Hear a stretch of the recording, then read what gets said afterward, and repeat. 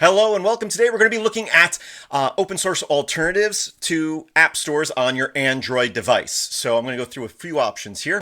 First one I'm going to look at here is the Aurora store. The Aurora store is free and open source software under a GPL version 3 license, which personally is my favorite license. It is not for installing just open source software though. This is an alternative to the Google Play Store. It actually pulls all its applications from the Google Play Store. So anything that you can get installed from the Google Play Store, you should be able to install through the Aurora store. Thing is, you don't need a Google account. You don't need to log in. You can, and it will, I guess, add features and functionality there, but you can just use this to install and update applications from the Google Play Store without having to have the Google Play Store, without having to have even a Google account. Now, for the most part, I don't use proprietary software. On my phone, really the only proprietary program I really need, and I've mentioned this in the past, sadly, is Google Maps. So if I wanted to go fully open source and then I want Google Maps, I could theoretically install it through here. Sometimes Google applications need other Google applications to run. So if you were to install something like Google Maps, I don't know if it would require other Google applications to be installed for Google Maps to properly run, but you should be able to install them through here. And so the the Aurora store, if you need proprietary software installed, but you don't want to use the Google Play Store and have a Google account and have all that, there's a little bit of privacy when you can download it without a Google account. So you're getting those applications. And again, you can securely get it from the Google Play Store, but that doesn't mean that the apps are secure. Just as if you download something from the Google Play Store. I don't trust most things in the Google Play Store, but that's what the Aurora store is for, is basically if you wanted a more privacy-focused way to install proprietary applications, although the Google Play Store does have a lot of open source applications in there. Now, going to just open source applications, a option that's been around for a long time and is very useful is F-Droid. F-Droid is both a repository for open source applications and a app that you can install. Now, one of the nice things about F-Droid is you can install the application and it will do updates for you, kind of, sort of, not really automatically. We'll talk about that in a moment. But let's say you don't want an app store. You just want to get an app that might be in the repositories. You can just come to the website, either on your desktop or your mobile device, search what you're looking for, like I'll just say Nextcloud, and it'll bring up all the applications here. And let's say I want to install Nextcloud, but I don't want to install F-Droid. Well, I can come in here and I can scroll down and I can download the APK. Another nice thing about F-Droid is, let's say I install this version of Nextcloud 3.35.0 release candidate 3, and there's something I don't like about it. There's some functionality, or maybe there's a bug in it and they haven't fixed it yet. Well, if you can always uninstall it, install the APK of the older version, and then even if you have the app installed, you can say, skip this current version, skip that version, so it won't automatically update and install this over it once you roll back to the old one. But when a new release comes out, you can update automatically to it. So that's a nice functionality. One of the drawbacks about F-Droid, though, is we've installed the app, which I used for years, and I recently switched away from, is it's very, very slow, and the automatic updates don't really work. It will let you know when there's updates, but you have to go in there. You can say update all. That kind of sort of works. Sometimes you have to click on each thing individually. It was kind of annoying. From my understanding, it's because they're using older APIs for Android to allow F-Droid to be compatible with older devices. So if you have an older device, F-Droid should theoretically run on it, which is nice, but it kind of limits how it works on modern versions of Android. Another option that I have been using for a little while now is Droidify. Droidify is an app store. It's an application install, but it uses by default the F-Droid repositories, but there's other repositories it could use as well. Now, F-Droid, you can actually add F-Droid repositories, like you can create your own repositories or other people have set them up. Well, Droidify, again, is newer. It does automatic updates in the background nicely. It's a lot faster. Let's have a look at it. I'll just bring this over here. This is it running on my phone right now. You can explore stuff that's installed. You can see what's installed.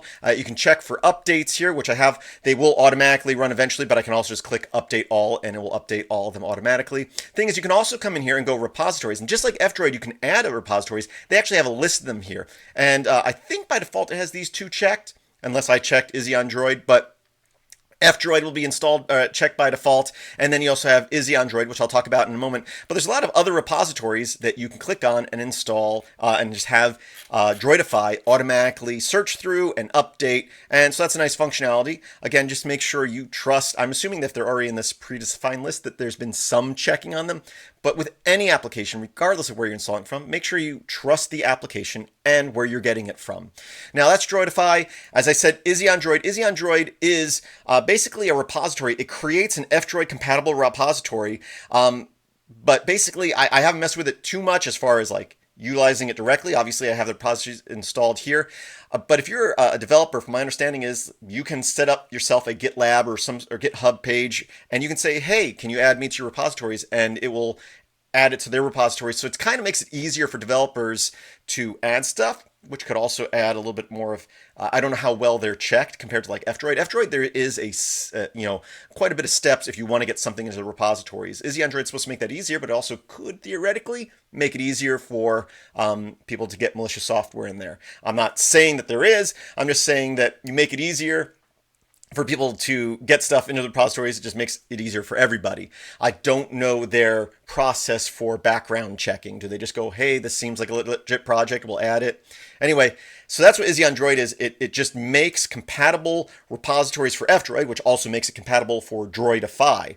And again, you can with Droidify, you can just check it. You don't have to. You can add repositories manually, but a lot of them are just here and you just have to enable them. So those are some great options for app stores and repositories that will manage it all for you and update for you. But another thing that is useful now, if we scroll through the Droidify list here of repositories, you'll see they have Chromite, which is a Chrome-based browser that does ad blocking, I believe, similar to Brave. I really don't know the differences. I normally use Brave. Brave, even though it's open source, I don't know the whole licensing issue for it, but it's not found in F-Droid.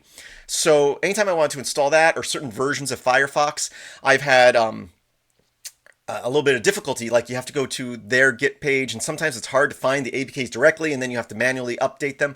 Well, another project that I found useful is FFUpdater. So that's a package you can install. I think, I know it's in the IzzyOnDroid. So if I come here, I go explore, and I search for FFUpdater. There it is. I have it installed. I can launch it. Once you have it installed, so you can see I have Brave installed. But if I click here, it lists a bunch of browsers, breaks them up by what they're based upon. They also have some email clients and some other things down here. So if you want to install something like Brave, right, and you aren't using Aurora or the Google Play Store, it's not in the F-Droid repositories. You could find it here. Is it? I don't know if it's... I think it's not listing it here because I already have it installed, so it might remove it from the add new list. But you can see there's a lot of browsers here. There's Tor browsers, a bunch of good, and it separates them out, from Mozilla, based on Firefox. These ones have good privacy. Of course, this is just someone's opinion. These ones may not be as good as, as for privacy as these up here, but they say they're better than Google Chrome. And you can see there is a Brave Beta, Brave Nightly, and then I have the stable version installed. They have Chromium, they have DuckDuckGo. So it kind of lists them out here. And this is a great way if there's different web browsers you want to try out, or there's maybe one that you don't see in the Google or the F-Droid repositories. And again, you don't want to necessarily install Aurora and go to the Google Play Store. This is a great option, and it will check for updates. It will automatically update them for you. And then, again, not just web browsers, but they have Thunderbird here, and they have email clients down here as well. So that's another useful tool for installing things such as that and organizing them and keeping them up to date. Anyway, I hope this demystified things for you a little bit, because definitely I stick with, like I said, I use Droidify and the F-Droid and IzzyOnDroid repositories, but I'm also very, very picky. Again, no matter where you're installing stuff from, make sure you trust the developer as much as you can, and you trust where you're getting it from and how you're getting it. So it's all up to you picking what you install on your device.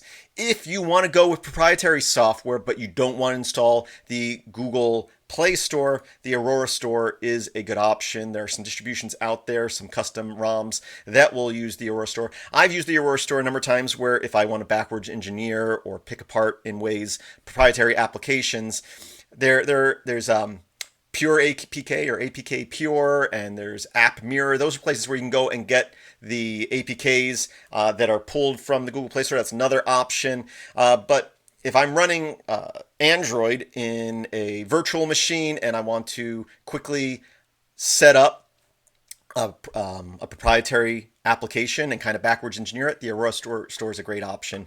Again, I listed those other ones. If you just want to pull down some APKs and not worry about an app store and keeping things up to date, Pure APK or APK Pure, I can't remember. APK or Pure APK. Let's see what comes up. It's APK Pure. I always get it backwards. But you can actually go to this website and download the APKs directly. They probably have an app as well that looks like they do. And again, I've only played with that for just picking apart apps. That's it. I thank you for watching. I hope you found this useful. Please visit filmsbychris.com. That's Chris with a K. There's a link in the description. As always, I hope that you have a great day.